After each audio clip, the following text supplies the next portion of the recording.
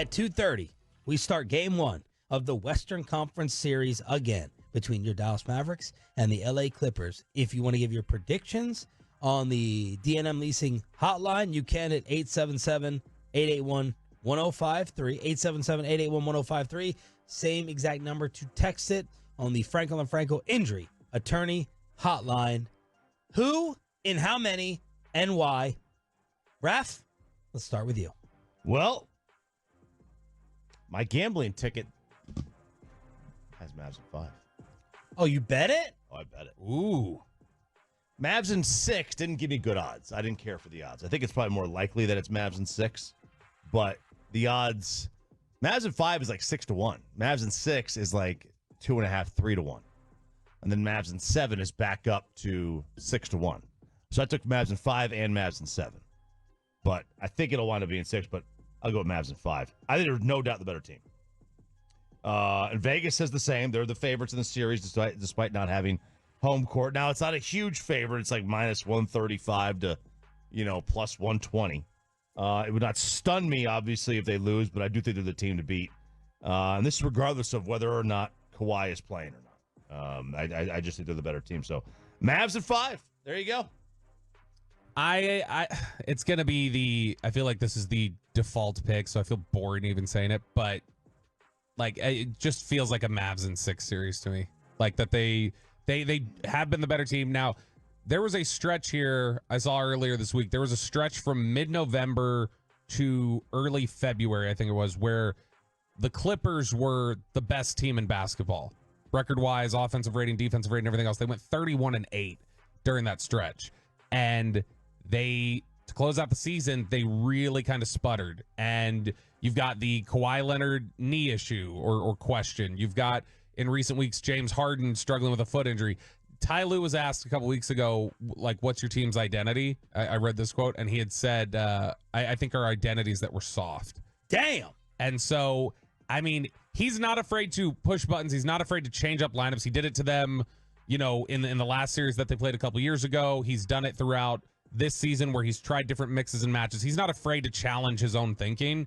So I am concerned going up against them just as an opponent, but I do think the way Dallas is playing right now and just how sloppy and disoriented the Clippers looked at the end of the season, I think this sets up really well for the Mavericks. So you're going 6? Mavs in 6. Pepe? I'll go one up like we've been doing. I'll go Mavs in 7. I think it's going to be a dogfight. I think the way the Mavericks have played over the last month or so, the season carries over. The Kawhi injury is obviously a big thing to deal with, but it's the Mavericks postseason right here with Kyrie and Luka. I think they finally figure it out. Mavs in 7. I do not think it's a dogfight. The safe, easy answer is Mavs in 6. If I had any guts, I would say Mavs in 5.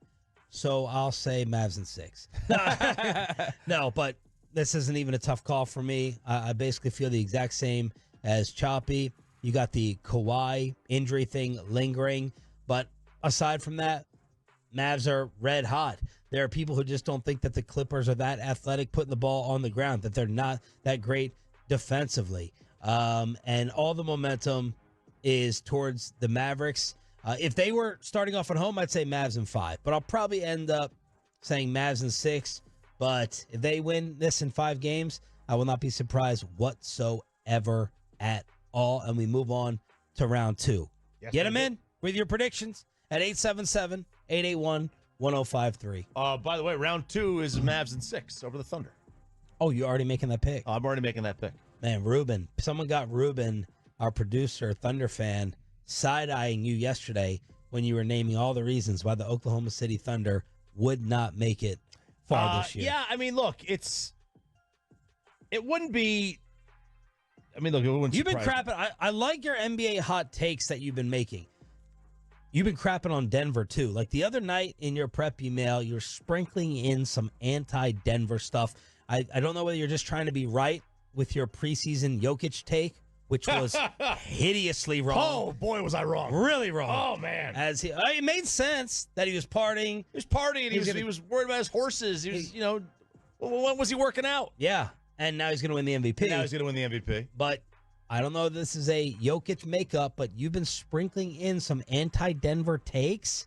You have the anti-OKC, the strong Mavericks. You're coming up with hot takes. Well, listen, I mean, prior to last year with Denver, what was everybody saying? You can't trust them. They're never going to win. They don't win in the playoffs. And they didn't have a second true star, and then Jamal Murray shut that up. Yeah, but I mean, he's been there. Yeah. So he's been there. But, like, it was always you can't trust him, you can't trust him. And now all of a sudden they go on one cute little playoff run, and now they can't be beat? Like, that's just, I don't know. It just seems like we flipped a switch on them real quick. You think the Lakers can get them? I don't think so. I mean, Now, look, to be fair, the Lakers lost all those games last year pretty much in the clutch, like in the final minutes. It was close. Yeah. And then Jamal Murray was the best player on the floor, or Jokic, or someone else. But some of those games were close before Denver ended up sweeping them. Kenneth in Dallas. Kenneth, what is your Mavs Clips prediction? You're live on the Fan. I think that the Dallas Mavericks should have a Cinderella stamped on their name, but they really not Cinderella. They really got the talent. So I take the Mavericks in 5. Okay. There's a lot of Mavs in 5 on the fan text. Mavs in 6, Mavs in 5. This may surprise you. There's not a lot of Clippers picks on here. Yeah, I'm shocked. Sean. No, we got Mavs in 4 from Atolo in Arkansas, 479. Mavs in 3. Clippers quit the series before game 4.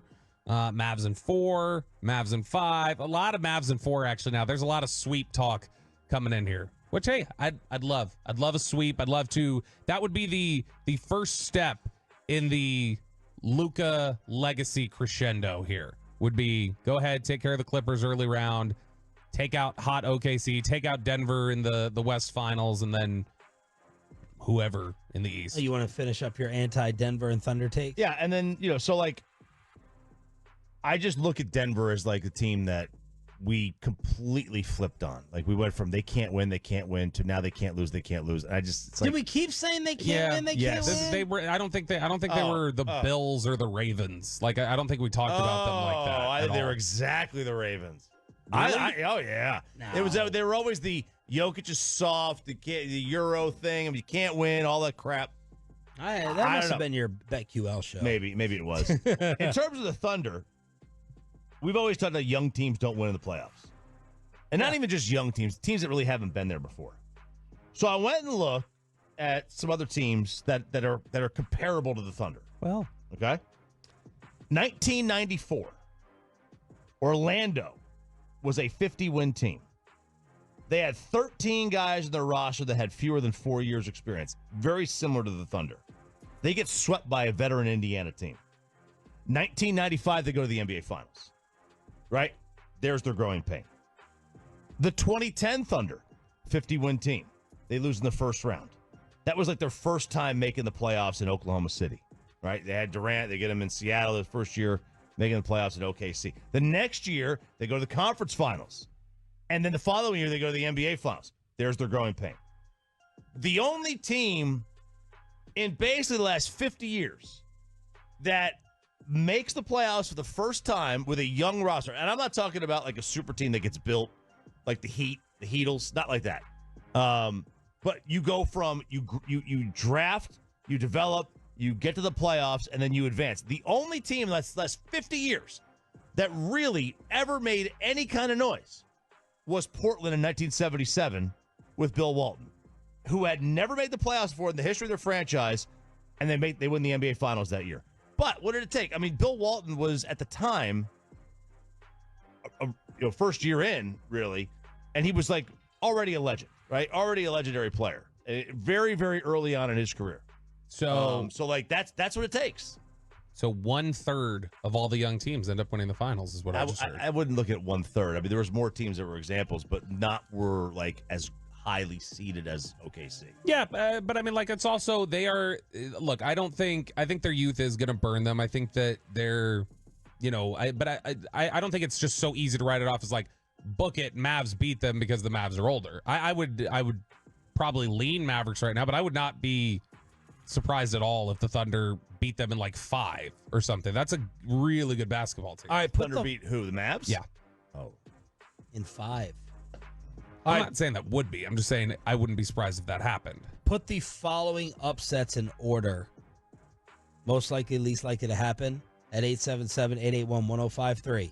Okay, I'm going to give you 4 other series. All right. Knicks, Sixers. Pacers, Bucks. Kings, OKC. Phoenix, Wolves. 1, 2, 3, 4. By the way, the Phoenix Wolves, they have 3 players in the series who average over 28 in the playoffs. Like combined? Yeah, each. So Booker, KD, and Edwards average over. That's an offensive series. By most likely to least. Okay, then Pacers, Bucks, Sixers, Knicks, Yeah, and what's then Giannis's status? That's part of the question. Yeah. That's the fun of the question. and then Sack OKC last, you're going to put. yeah, and then Suns, Timberwolves, I guess. But I mean, to me, the Eastern Conference series are much more ripe for that, especially like, the 76ers, like Embiid, like being available, like them getting healthy at the right time. That's not a standard 7 seed, I don't feel like. And then, I mean, look, Doc Rivers said he wouldn't wish this situation on anybody, the Milwaukee Bucks being that talented. And he was right, because Doc Rivers finished 2 games under 500 from the stretch that he started coaching. So, Stephen A, I think, was talking about just Dame being miserable there. Like he did not want to be there. and there's so much He's that no friends. All of his friends are in Portland. He said. there's so much that Fly him out, bro. That's why they have posses. Yeah. there's so much that Rick Carlisle got dogged here for, like on his way out the door. To me, though, he is like, if you're talking about chess match over the course of a series, I'm gonna think Rick Carlisle is gonna give you a ton to handle, and so I think the Pacers have a great shot. Chop. Pacers are the first. I think I'm going to mirror Bobby there. I don't think the Knicks will lose to Philly, but comparatively speaking, I think That's unfortunate for the Knicks. Like it was Yeah. the Embiid drop. That's unfortunate for them. Yeah, I kind of like Phoenix to beat Minnesota. Kinda, but I mean, it's not going to surprise me if Minnesota wins. Minnesota weathered Cat being out pretty The effectively. weather doesn't matter. It's indoor. Yeah, that's sport. true. Yeah, but they did. A lot of people were quickly just like, oh, well, that Minnesota's going to fall to like 6 now, and I mean, they maintained. Yeah, they played well the entire time. 877-881-1053. So basically, Mavs sweep, Mavs in 5, maybe Mavs in 6. Everyone on the morning show taking the Dallas Mavericks to win, and of course, that is going to start off Sunday at 2:30.